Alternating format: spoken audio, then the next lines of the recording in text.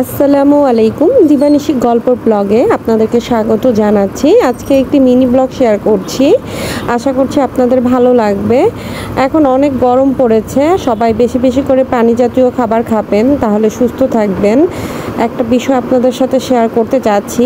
এখন যেহেতু ঈদুল আজহা চলে এসেছে, সবাই কিন্তু গরু কুরবানি দিবেন, কেউ ছাগল কুরবানি দিবেন, কিন্তু বিষয়টা যেন এমন না হয় যে কে কার থেকে কত টাকার দিয়ে বেশি দিয়ে কিনছেন, কত বড় কিনছেন, এই বিষয়গুলো কাইন্ডলি হাইলাইট করবেন না।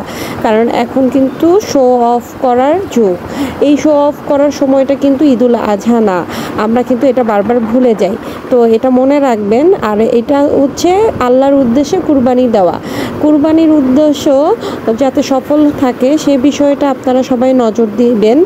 আর মনের ভিতর থেকে, দিলের অন্তরের ভিতর থেকে আপনারা এই কুরবানিটা দিবেন।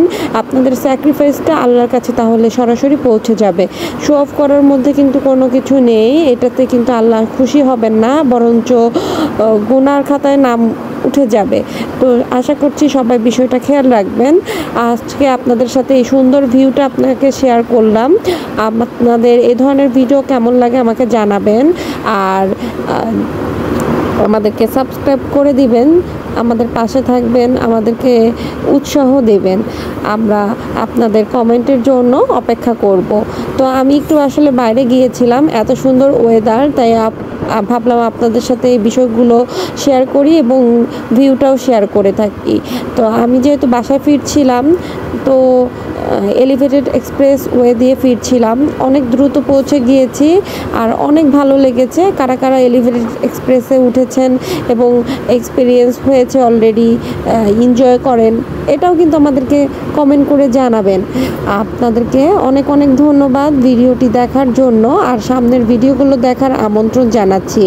আমি মূলত খাবার খাচ্ছিলাম আর মনে মনে ভাবছিলাম যে এটা কিন্তু না শেয়ার করলে একদমই চলবে না, তাই আপনাদের সাথে শেয়ার করে দিলাম ভিডিওটা। প্রথমে ভাবছিলাম এই ধরনের ভিডিও আসলে করা ঠিক হবে কি না, কিন্তু পরে ভাবলাম না, যেহেতু সব কিছুই আপনাদের সাথে শেয়ার করি, এই বিষয়টাও আপনাদের সাথে শেয়ার করা দরকার।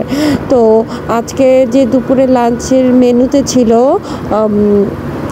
সাদা পোলাও, সাথে রোস্ট, সালাদ আর হচ্ছে কোল্ড ড্রিঙ্কস। আমি খুব একটা পছন্দ করি না, তারপরেও ছিল যেহেতু খেয়ে নিয়েছি। আপনারা আমাদেরকে জানাবেন কাদের কাদের এগুলো পছন্দ। তো চাও খেয়ে নিলাম, অনেক ধন্যবাদ।